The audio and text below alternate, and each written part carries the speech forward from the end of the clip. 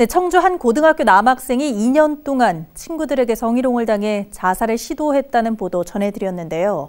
그 이유가 친구뿐 아니라 교사의 미온적 대응에도 있었습니다. 특히 이 피해 학생을 가해자로 몰았다는 주장이 제기돼 파문이 커지고 있습니다. 황정환 기자입니다. 사건의 발단은 2018년 2월 18살 A군이 같은 반 친구들이 있는 카톡방에 실수로 올린 사진입니다. 본인의 신체가 일부 노출된 사진이었는데 2년이 넘는 시간 동안 같은 반 학생들에게 A군은 성희롱을 당한 겁니다. A군은 끝내 지난 25일 영양제 등을 과다 복용하고 청주 한 다리에서 투신을 시도하다 극적으로 경찰에게 구조됐습니다.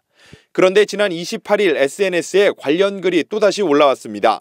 A군의 자살 시도는 학생이 아닌 학교 교사들 때문이라는 것. 해당 글에 먼저 언급된 사람은 A군의 1학년 담임교사입니다. 생각을 많이 해서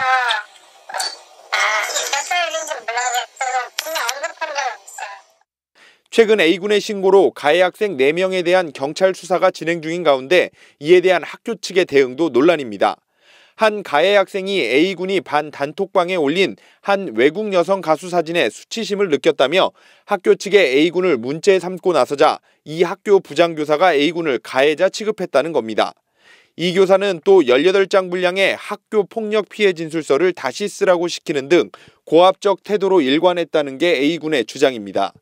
이에 대해 해당 교사는 두 사건이 접수되다 보니 중립을 지키는 과정에서 오해가 생긴 것 같다고 해명했습니다. 듣기로는 단 한 번도 성적인 상담을 준 적도 없고 그리고 학교에 입고 있을 때 있는데 진로상 논문 여러 차례 지금 성적인 상담을 요청한 적 없다고 알고 있어요. 이런 가운데 학교 측은 A군이 성희롱 피해에 대한 구체적 진술이 면담 과정에서 없었다며 선을 긋고 있습니다.